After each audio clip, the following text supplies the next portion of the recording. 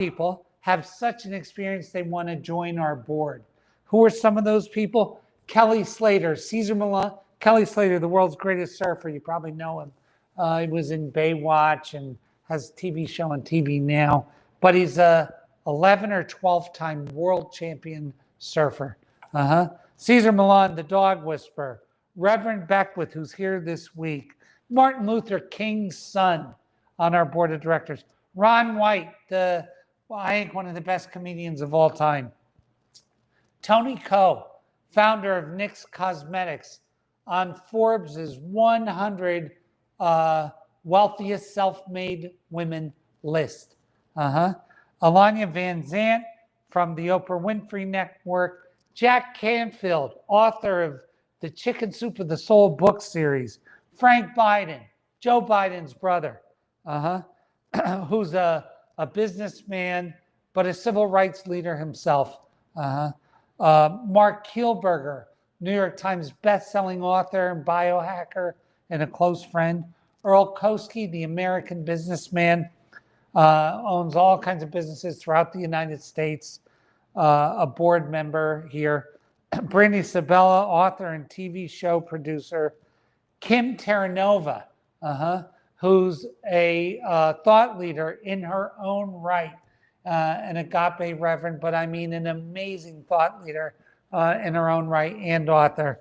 All those people are on the board. And my friend, Dr. Jeff McNary, who was the director of Passages Malibu for years.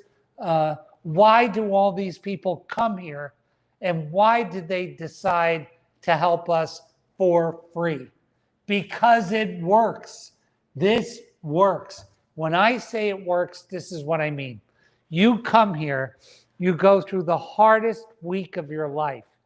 You know, most of us spend our life running away from our pain.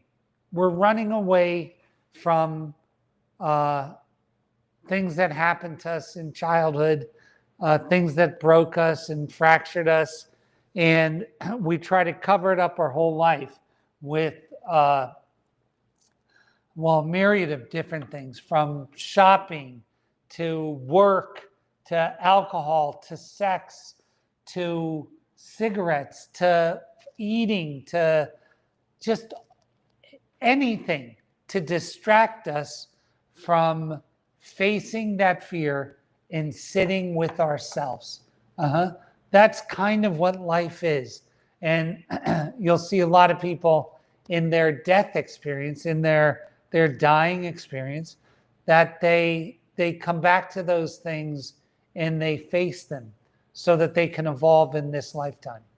So what Rythmia does is it sets up a week where you get to face those things before you're dead, before you're dying.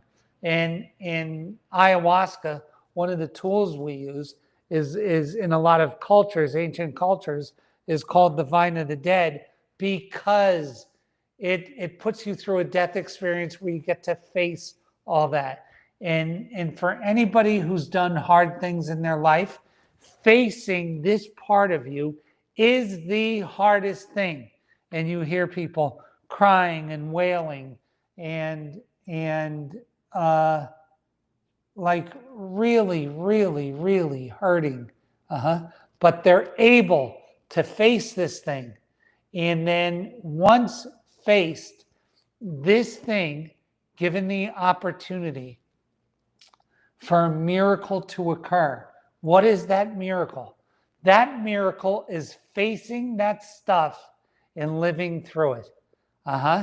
And being able to face it in the future without running from it. So what happens is, when you face these things and you have this miracle, you start living your life for the first time. People that are in my age group often talk about this as the sound of a radio caught between two FM stations that finally clicks in. You're finally here. You're finally experiencing life on a day-to-day basis. And you're no longer running, you're participating. And participating is a whole different feeling, because once you agree to participate, and once you see the miracle that is this life, and it really is a miracle that I get to evolve my soul in this garden of a planet with all of these unique people and get to have these experiences, these rich experiences of life. It goes from running from to running to, that I am running to this life, and I want to feel it and experience it and be a part of it. That's the deal. That's the whole thing. Now, in that process, people usually decide to do this thing called becoming a beneficial presence on the planet. They decide that they want to go off the liability side of the balance sheet and become an asset. They want to leave their circle where they touch this planet in better shape than when they found it. They want to leave their relationships in better shape. They want to do something that counts. Now, once you decide to go down that road, to face life head on and to become a beneficial presence, it is the second hardest thing you will ever do. The first hardest thing is facing yourself in this week at Rythmia, in my opinion. The second hardest thing you'll ever do is following your lodestar, deciding how you want to become a beneficial presence, and then living that life for the rest of your life, right? But you get to pick your hard, right? So this work of becoming a beneficial presence is based on agreements that we make with ourselves. So the agreements are the agreement to do this thing, to become this thing, whatever that is, to open up a restaurant that serves the highest quality food to the most amount of people, or to become a singer or a guitar player, or you want to bring your art to the world, or you want to open up a business that services souls like this business and helps in that process of evolution. Whatever this endeavor is, the higher you aim, the harder it is. So to get there, you have to have these agreements that you make with yourself from a merged place, not out of fear or lack or limitation or not enoughness, but out of wholeness, that you make these agreements that I'm going to do this every day, no matter what, that I'm going to get up and I'm going to walk or work out. I'm going to feed myself in a particular way. I'm going to hydrate myself in a particular way. I'm going to work in a particular way. I'm going to never quit. I'm going to tithe in a particular way. And I'm going to do this no matter how I feel. So feelings go away and the mission takes over, right? And the mission is the ceremony, the journey for the rest of your life. And what a wild one it's been for us. The last 10 years has been crazy. I've met the most beautiful, the craziest, the most sane, the most insane, the funniest, the most colorful, the most beautiful souls, I believe, on the planet. I've met them. 22,300 and some, 22,337 of them, not including this week, I've met.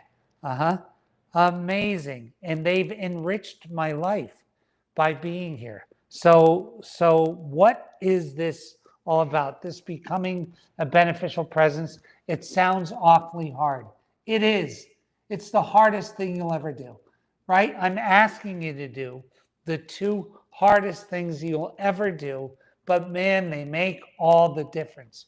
If you've been unfulfilled, if you've been unsatisfied, if you feel like you're in the wrong place doing the wrong thing, if you feel like you don't have the kind of sinew that it takes to make it. If you feel like you're not enough, if you feel like this is wrong, if you feel like you're drinking too much, if you feel like you're smoking too much, if you feel like nothing's working in your life, it doesn't matter. This change happens instantly, because when you go through this process and you come out the other side, your vibration has changed, which means your signature is different. You are no longer what you were. That's the craziest thing. You're actually a different person. So I want to tell you my little thing.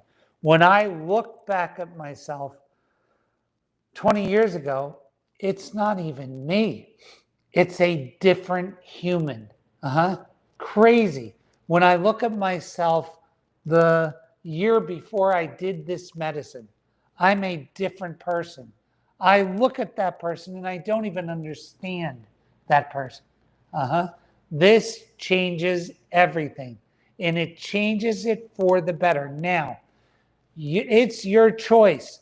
You can sit where you're at and live the rest of your life exactly where you're at, doing exactly the same thing that you've done every day of your life. If you drink too much, you can continue to drink too much. If you eat too much and don't exercise, you can stay there. If you work in a job where you hate what you're doing and you hate your boss, you can stay there. All of that is hard. It's all hard. So is doing a program like this and coming out and picking a lodestar and making agreements with yourself that are uncancelable. That's hard too. But you get to pick that hard. You get to pick what type of hard you want, And in my own life, I picked this kind of hard. I picked a different one, and I was stuck. And when I tell you stuck, I was stuck. I hated people. I drank alcohol like it was going out of style. I did drugs like there was no tomorrow. I didn't like myself. I had a horrible view of myself. I had a horrible view of all people. I was sick and done. I was over it. And my life is completely different. I don't do drugs. I haven't done them in 10 years. I haven't had a drink of alcohol in over a year. I eat a particular way. I exercise every day. I'm living this strange existence where I get to meet the most beautiful people in the world. My relationship with my family is better than any. I have a relationship with my children that I never believed I could have, with my mother, who turns 94 today, with my sisters. I mean, I'm the luckiest guy on earth, and with the people who work here. And that is because I picked a different hard. And the hardest one is that first week in this program when you got to face yourself. You have to face every fear that you have. And you have the loving support of everybody around you. There's 200 employees at this place. 200. Other people with centers like this have 12. There's 200 people that are all helping to get you to this place. So you have this, you're surrounded by this love, but my God, is it hard? Is it hard? But what's interesting is once you go through that hard, now all of a sudden, 5 weeks later, if something comes up, that's a memory or something, and it's hard for you to sit with that feeling, automatically you have the tools to sit through that, to regulate through that, and to come out the other side. And now, all of a sudden, it's a habit. Just like it was a habit for you that when we're feeling some kind of way about something, that you would seek an orgasm with a stranger, or you would eat a bucket of Kentucky Fried Chicken or bet on a horse race or distract yourself with a relationship thing or work and try to fill up the bucket with money, whatever you were doing. Instead of doing that, you sit with it, and here's what's crazy. It passes. And you sit with that particular thing a couple times and it doesn't come back. And now you're running to life. You're participating.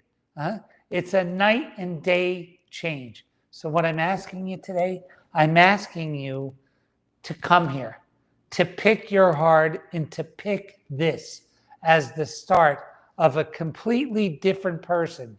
It doesn't matter what you went through yesterday, that all this is yours. This is your birthright, to live life, to feel life, and to leave this place better than when you found it. And it's hard, but you get to pick your heart. God bless you. God keep you. God hold you. And we will see you next week here, but also come and visit us at Rythmia. It's the Rythmia Life Advancement Center. Please visit us.